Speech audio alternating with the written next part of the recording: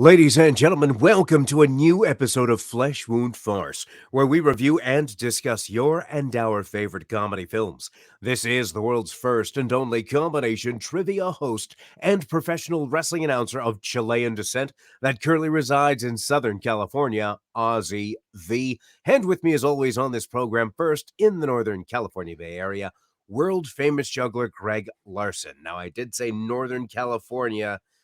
We are recording this on February 4th. We are 1 week away from the Super Bowl, where your San Francisco 49ers are taking on the Kansas City Chiefs. Greg, how you doing? I'm doing well. I'm excited. It should be a good game. Should be a lot of fun. Yeah, I'm just looking forward to whomever may win a Super Bowl. See, your throat was doing that for a reason. It was the ghost of Carl Weathers, a former Raider, a former Oakland Raider, that was grabbing you by the throat and saying, "Go ahead, say it. Say it. Go ahead, say it." We're all waiting now. Yeah. So go ahead, finish what you were saying. It's going to be the Chiefs or the 49ers to win the first ever Super Bowl in the new Las Vegas Raiders Stadium. See, and here's what pisses me off the most about this thing is we have a bet. You and I have a bet. We've had this bet since, what was it, 2012? No, we didn't know each other that long. Oh. Because I hired into Disney 2012. in 2012. Yeah. It was like 2011, 2012. We made this bet that whichever one of our teams wins the Super Bowl first, we'll have to pay the other $50. So if Greg's San Francisco 49ers win the Super Bowl a week from today, I will owe him $50. Now, the other side of the bet was that if the Raiders won the Super Bowl before the 49ers, then he would give me $50. Obviously, I'm having a tough time with my part of the bet. So here's the situation I'm in, is I would rather pay Greg $50 in advance just to pray. Throwing out there in the football universe, the Chiefs should not win this game. They didn't even bet in the Super Bowl, for example. Like, how awesome would this game have been if it was San Francisco and Baltimore again? That would have been fun. San Francisco and Buffalo. And somebody's like, well, the Chiefs beat those teams. Yeah, because Patrick Mahomes is an alien. It's fair. Okay, with including this Super Bowl, the Kansas City Chiefs have been in the last 4 of 5 Super Bowls. They're like the new Patriots dynasty, right? Except they're not going to last as long because Tom Brady was able to run an offense by being a pocket quarterback. Mahomes is not a pocket quarterback. History has always shown that mobile quarterbacks don't have as long as a career in the NFL as pocket quarterbacks. Case in point, Cam Newton. You know what? We're talking about football way too much. It is. I'm already tuned out. I apologize. Yeah, Todd's tuned out. I need to get back to half of the people. No, I needed to get the frustrations of it. Another Super Bowl with the Chiefs and the 49ers. And this is fine because I know fans of both the Chiefs and the 49ers hate the Raiders. And with how things are going with that team, it's just a matter of time before the Raiders start dominating as they did in the late 70s and early 80s.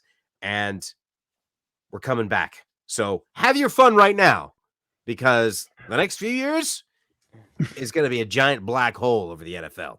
Also with us, ladies and gentlemen, Flesh Room producer Todd. Feels like I heard the same thing last year, but at least but this time there's a black hole where his trophy used to be, so it's a little different this year. Okay. Yeah. You know, if I was still in my prior residence, I would have thrown a chair across the room. Unfortunately, I can't do that in my current studio, if you will. But are you sure you can? Yeah, I'm positive. But anyhow, back to business. This week we are reviewing and discussing the 2003 comedy film Head of State.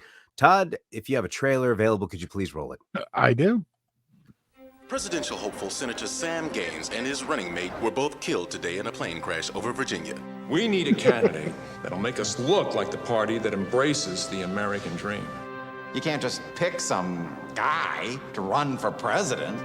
We want a man of the people. Cut to Apprentice We'd footage. like you to run for president. Of what? The United States. Of what? Of America. Get out of here. Now, We're gonna lose this one. they thought they could control them. It's people like you, the farmers, that make the country great. Maybe I should be talking about something a little more relevant. Don't get ahead of yourself, Maze. They thought they could deceive him. Hey, take a look at your TV commercial. But I'm not in it. We'll get you in there eventually. But if they didn't want him to win, What the hell is he doing? they picked the wrong loser. I asked my niece the other day, what's 4 plus 4? She said 44. Let me hear you say, that ain't right. It's your thing. We need to pick a running mate. Did you call Hammer? No, I did not call Hammer. Presidential candidate Maze Gilliam is shaking it up. He's chosen his brother as his running mate. Hi, I'm with the Port Commission. My little brother running for president. From DreamWorks Pictures, Here's a story about a man. Child care is one of the most important issues facing this country today. Whose baby is this?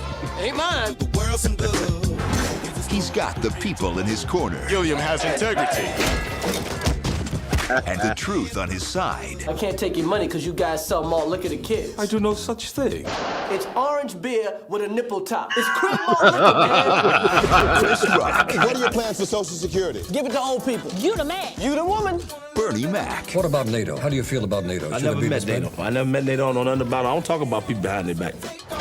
one man I am getting so hot. I'm gonna take my clothes off. is gonna rock the house. The roof is on fire! The roof is on fire! No, it's a saying. Head of state, Great party. Too bad about the fire. It was off the hizzle for shizzle. Oh, it just makes me embarrassed to be a person. It makes you embarrassed to be a person. Yes. That's something. That God. was the trailer for the 2003 film Head of State, released on March 28, 2003, rated PG-13 with a runtime of 95 minutes, written by Chris Rock and Ali Leroy, as well as directed by Chris Rock, starring Chris Rock, Bernie Mac, Lynn Winfield, also has some roles from Robin Givens as well, which is funny moments there. Initial thoughts on this. I remember when this movie came out, I had a hankering to go see it. The person I was dating at the time did not. So I Was it didn't the get Chris Rock or the political? a little bit of both. Oh, okay. She wasn't really huge into when it was like Chris Rock. She was like, meh. And I was like, but yeah, not really. However, having said that, after first popping it in, I had a real rough time with the first third of the movie. Like, so much so I actually had, man, and this might have been I'd seen it at the end of a long day, so maybe I couldn't take it anymore. I'll get into that shortly, but overall, I enjoyed myself, thankfully, for the latter 2/3 of the movie.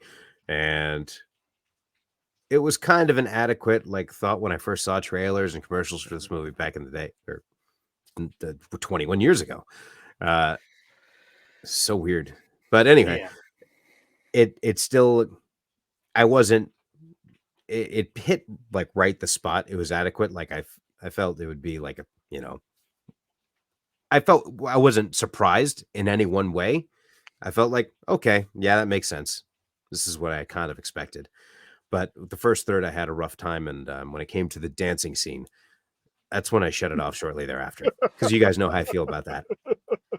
Because I turned, I was like, are they line dancing to rap music? Yeah, I can't do this anymore. I'll continue this tomorrow. So I had a real rough time with that. And then I ended up watching the rest on my phone while I was cleaning out the garage. And that I had a stand up, so it's not like it was just the audio, just moving stuff one side to another, and there we are. But I think I might. So this is best enjoyed while you're not really paying attention. Is all. I'm not arguing with you. I'm not arguing with you. Not necessarily, because it had moments that pulled me away from what I was doing to just watch what was going to happen. I'll elaborate on that a little bit further, but Todd, how about your initial thoughts? I was not looking forward to watching this. I don't know. There's just something about this era that it's like, yeah, I don't know. I wasn't it was too Chris Rock sticky from what I remembered. I remember him showing up on Impact when they filmed it. It's just this movie's never clicked with me, and it still hasn't. Shocker, spoiler. Wait, you're telling me a movie starring Chris Rock, directed by Chris Rock, is too Chris Rocky? Like, yeah, you can You see where he don't literally say. just turns his stand-up into his like. Oh yeah, for sure. Sure. And it made me rather watch his stand-up and not have to deal with all the other nonsense. The annoying white people, the roof is on, all that stuff just makes me cringe so bad. It is a little cringy. I can't anything like 90s to 2000 white people doing rap music. Sorry, Eminem, just is so bad. Oh, whoops! It's so bad. It's the effort. That's okay. It's all about the effort. It's not like you're like blah blah blah blah FFF. Greg, initial thoughts, please. So, I remember seeing trailers for this. Hadn't ever seen it though. And I was like, all right, this might be fun. I like Chris Rock, so we'll see. But I think the things that you guys are like, nah, I don't know, is why I'm sitting here going, this surprised me and I had fun. Once it got ridiculous, I was like, okay, this I'm hunkering down for this one. You So adjusted. I got you. I hear you. Yeah, that first third, like it seemed like it was too much in one way, and maybe it was too sticky, like Todd, to your point, but something just was not clicking. I was also watching it with my girlfriend, and this first 30 minutes just was not working with this. But when Bernie Mac showed up as his brother, things started to pick up a little bit, right? Yeah. And I'm going to use this to segue into my favorite moment, because we saw a little bit snippet of this from the trailer, is when he's being interviewed by someone who, like a Larry King, and he asks about NATO, and he talks, never met him, right? Yeah. That was great. But my absolute favorite thing about that whole exchange is when, how could you not know this? Or how could you not know this about me? Well, how could you not know this? Well, I'm not running for president. I ain't running for Anchorman. I lost it. I absolutely, because he just straight faced right back into the camera. Like, yep, this is what we're doing. So when he showed up in his segments, and then they started to do the campaign trail scenes where he was basically repeating the same lines, it was funny. But then, like, Greg, I think you brought this up when we reviewed Wag the Dog last year, is that there's something that just hits a little too true. Oh, and yeah. There's movies that are always going to make fun of it, and nothing's ever going to change.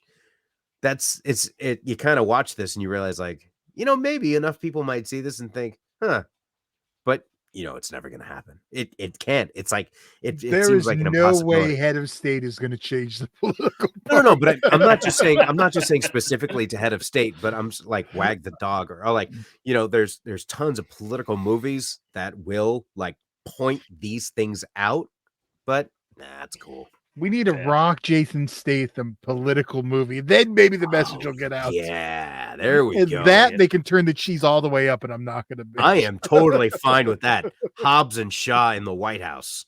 Let's go. And then Dwayne Johnson actually runs. Hopefully he runs away from that main event. Oh, never mind. All right, Greg, favorite moment. So I hope you don't mind. I'm going to take... there's a moment that I said, like, this movie kind of clicked. It's not my favorite moment, but I do just want to give it a great honorable mention. Like, there's a moment where Chris Rock's character gets broken up with, and then afterwards, and one of the big reasons because he doesn't have ambition, but then she finds out he's starting to run for president, and she like yells out in anger that he's now like successful. And it makes a cut, and then it makes another cut to a random cow in a field. And at that point, I was like, this is ridiculous, and I love it. But Yeah, the favorite moment was actually someone that you didn't mention that is in this film. It is good old Tracy Morgan. So there's a scene I think where I'm there's gonna this, write down this line. I think I know what line you're talking about, and I'm gonna just write this down just in case. all right. So there's a scene where there's this wonderful presidential speech during a Yeah. debate, Yeah. and it keeps going and it finishes, and there's the applause, and you see people both sides of the aisle like in unison going crazy, and like it's that feel good moment, and it cuts to all of his friends at the convenience store, and Tracy Morgan just goes, "Yeah, now we can watch Martin." And Yes! I was in I just tears. got It was 5,000 so points. good. That's exactly what I wrote down. This has to be the Excellent. line. As soon as you mentioned Tracy Morgan, this had to be the line. Yeah, Tracy Morgan has some cameos selling some stolen meat. Fantastic. Uh, I did have another line, but it seems like it'd be part of Chris Rock's stand-up. So, in respect to Todd, I didn't want to say that one. But Todd, go ahead with the favorite right. moment or line. I'm gonna go with the line that made me laugh the most because I hope it comes true sooner than ever. When he leaves court, they say to him, "You got to dress better. Even Puff Daddy wears a suit to court." I was like, "Yes." That was what made me laugh the most while watching this. Also, I gotta say, for a movie that has Nate Dogg in it and singing through, you figured I wouldn't annoy me when I see him. Like, I like Nate Dogg, but that shit. How did that annoy you, Ozzy? Because you don't like random musical or dancing, so every once in a while Nate Dogg would just pop up and sing. Right. How the thing is for me is they opened with Mount Rushmore, right? And so you're thinking like this great presidential mood or whatever, right? There's a certain mood, but then when the music hits and then it's him talking to the camera, it's like, oh, this doesn't, it's because it's not necessarily random breaking out into music. This is like the narrator, so to speak. The first one didn't bother me. It wasn't until we kept coming back to it. And well, that didn't bother me because it was like just I get what you're interludes saying. with I was and curious. just funny lyrics, but it didn't. It was appropriate because that was when things would have a shift, and it called for it rather than just a random dance school or random dance at a high school. Oh my God, who would have a 40-year-old vampire. random dance during prom? No. Kind of The crazy 40-year-old mother vampire effort who's was doing barely this. wearing anything, What and are all you the chaperones talking are just letting it happen. Oh, look at this 40-year-old vampire who's trying to sleep with a 17-year-old guy. It's cool. It's fine. Everything's the fine. 80s. No one cared. Everyone's It was a dates were different over time 40. back then. It was a different time back I then. do want to know which of those many things is it like I'm more upset that they missed this one of those facts. Was it the 40-year-old with the 17-year-old or like the vampire thing? The vampire thing didn't bother me. It was the 40 with the 17-year-old is like cringy. Because I'm thinking like, if that was a 40-year-old dude with a 17-year-old girl, that's cringe, right? So you'd be okay if like they walked up and they're like, "Hey, this age thing not cool. Vampire, hey, we're good. Like that's okay. You're here." You could still be a vampire, but could you at least be under 25? That's fair. That's fair. Yeah. Aren't they ageless? I think you're age shaming there, Ozzy. She's probably really like 300. Could you years please old. appear to be less than 25 years old? There you go. Thank you. I'm just gonna jump back into this line, and the only reason it does sound like a stand-up line, however, the follow-up with it is what put me over the edge. And when he's trying to prompt his opponent to debate, and he takes a megaphone out in front of his campaign office and just starts saying all these insults, and then one of them says, "Your mama's ass is so fat that when she sits down, she's 3 feet taller." And I just thought, okay, that's funny. It's a stand-up line. And then his guy, "I think you should debate him." "Why?" "Because he said all these things about your mother." And then just kind of blew that off. And then his mother actually comes in the shot and slaps him. I couldn't anymore.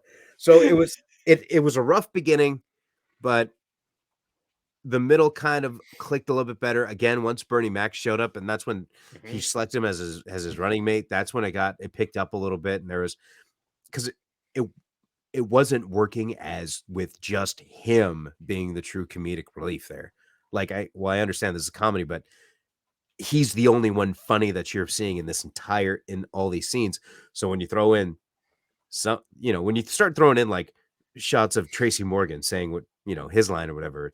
You have Bernie Mac doing his thing, then it adds a little bit of variety to it, and then things work out. However, that first third, it was a real rough time for me, but it did redeem itself to a certain degree once you got to the second, rather the second 2/3 of the film. So I feel it's fair to give it a 3, regular 3. It was okay, not for everybody. You might have fun with it once, you might not have fun with it again, but it wasn't terrible. So I'm going with a 3. Right. Todd? Actually, hold on. I want to save yours for last. Greg? Okay. I'm putting it the wrong way.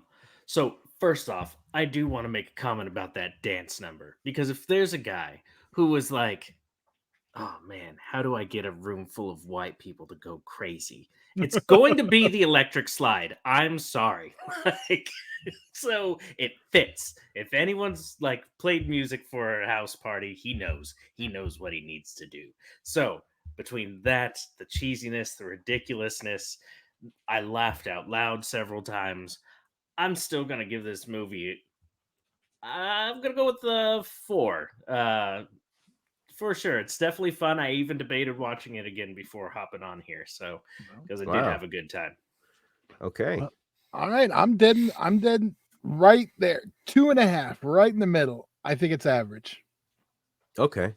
And this was your second time seeing it, Todd? Because did you say you saw it in the theaters? No, I think I actually saw it when it hit home video. Okay. And you Even saw it then, once at home video, and then you hadn't seen twice. it again.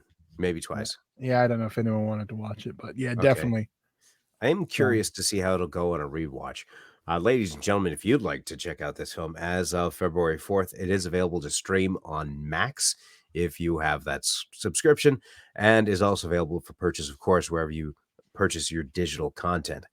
If you're a fan of Chris Rock, you'll most likely be a fan of this movie, but if you're not a huge fan or just looking for regular comedy, it's going to be, I genuinely think it's a hit and miss and depends on your personality. I mean, you saw it from Todd that he gave it a 2.5 and Greg gave it a 4, and I was kind of in between the two at a 3.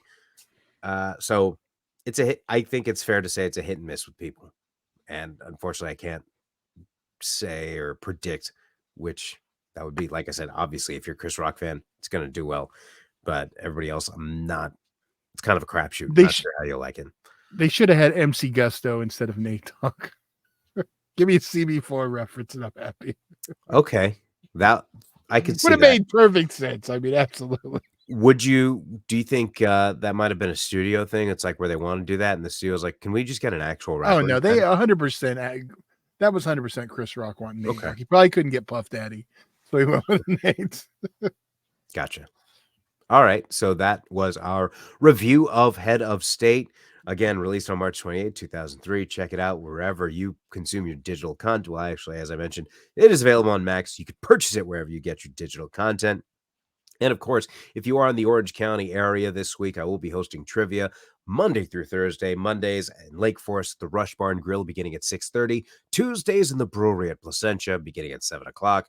Wednesdays in Los Alamitos at Griffin's Grill beginning at 7:30. And in Thursdays, the Honey Pot Meadery in Anaheim beginning at 7:30 as well, with every song having something to do with the answer.